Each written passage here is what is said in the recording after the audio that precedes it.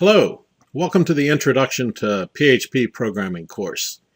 Thank you for choosing this course. Welcome, and we hope you enjoy the course. So what are we going to do in the course? Well, we're going to learn about PHP, obviously. This is the overarching objective of the course. We're going to get you to a point where you will be a PHP developer. That is the goal. That is the objective of the course. And these are the topics that we're going to cover in the course to get you there. Now, PHP originally was created way back when in 1995 by a gentleman named Rasmus Lerdorf.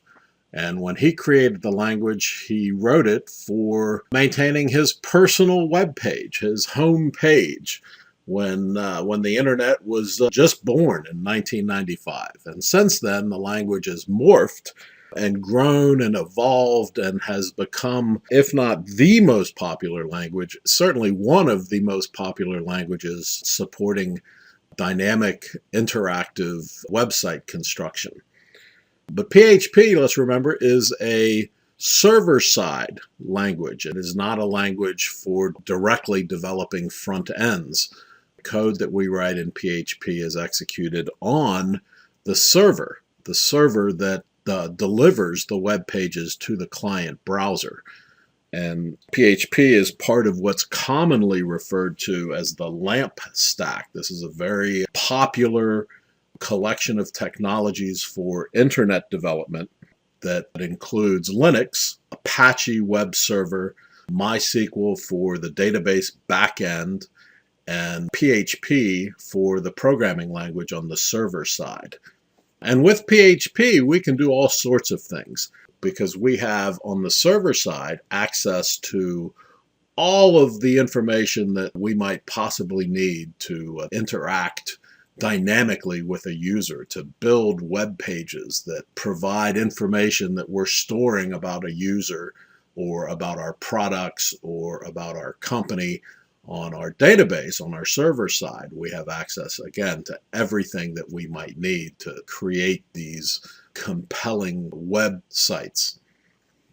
So if you're not familiar with, again, how the internet works and how the browsers work to display information to a user, if we have a standard static website, as is depicted with the red arrows in this diagram, we have a web server that returns when requested by the client, the browser, somebody sitting in a coffee shop somewhere with a pad or a laptop, requests a web page. That request goes to the web server, and the web server pulls that web page from its directory structure. The web page is completely static. All of the information that's going to be displayed to the user, to the requester, is included on the web page, the HTML page. And that web page, that file, that HTML file, is then returned to the user and displayed by the browser.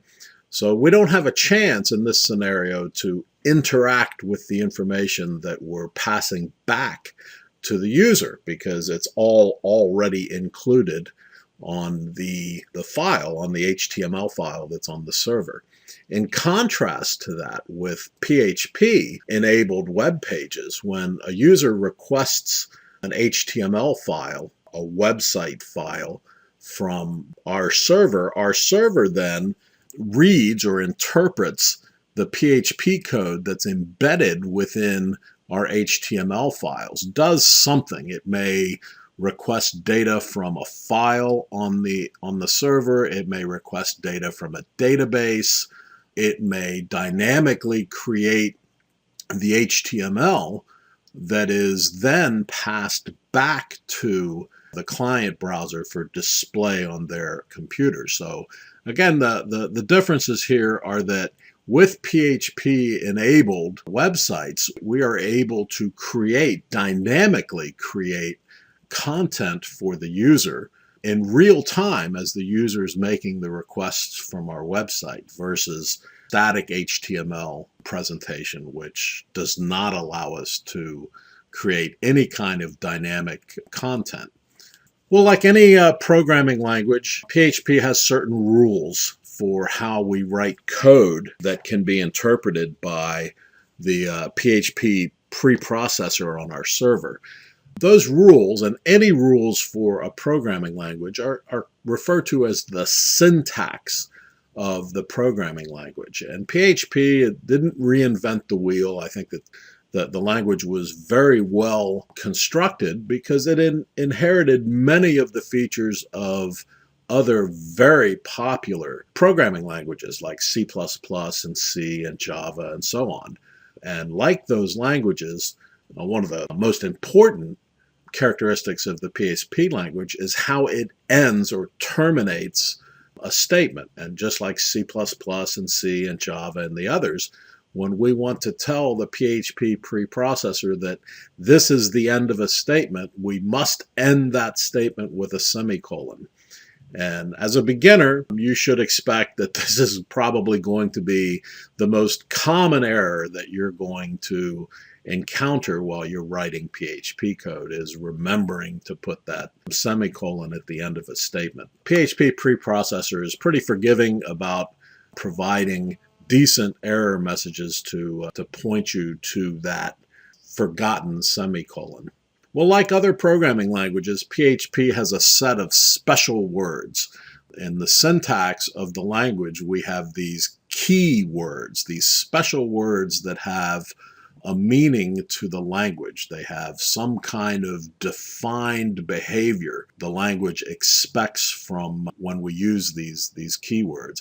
This is the list of the keywords, and as we go through the course, we're going to visit pretty much all of them. So don't be intimidated by the list. It's actually a small list by programming language standards of keywords. Again, we will cover most of these through the course so that you'll naturally become familiar with them.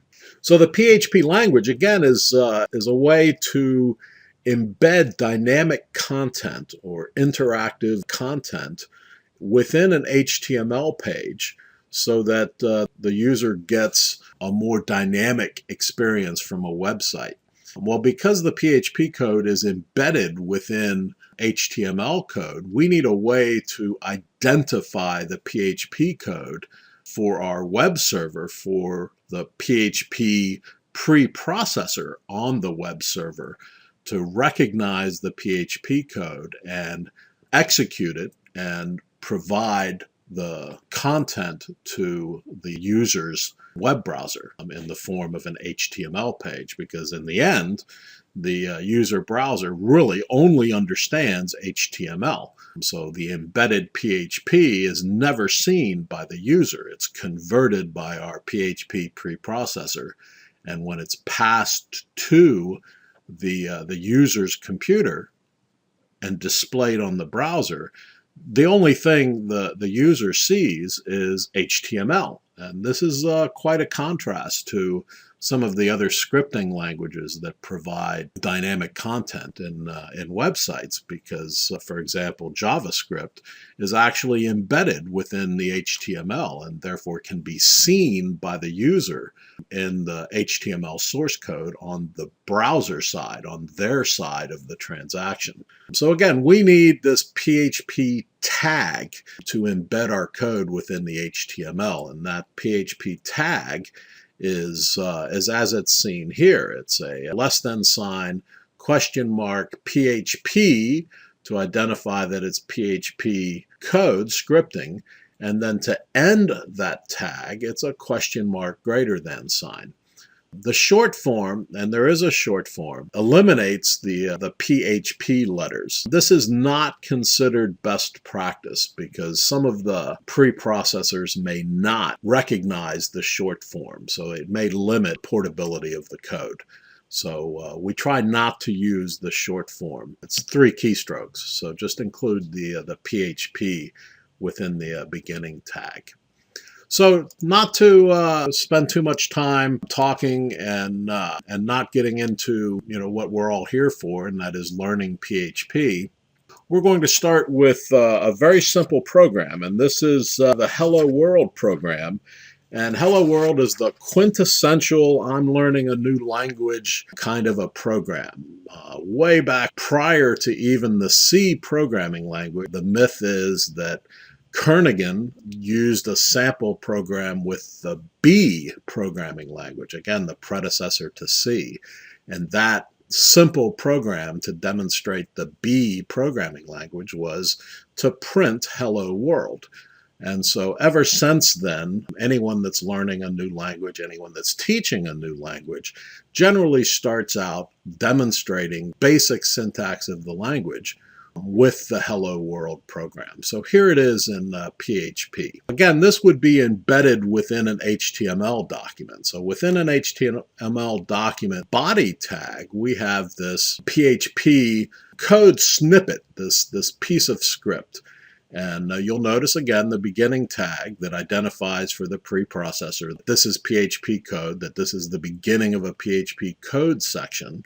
Then we say echo hello world. And all this is doing, the echo command just sends that text, that string, into the HTML document. It just echoes it, it prints it out. And then we have the end tag. And notice again that we have the semicolon at the end of the echo statement. This marks the end of the statement and is absolutely required.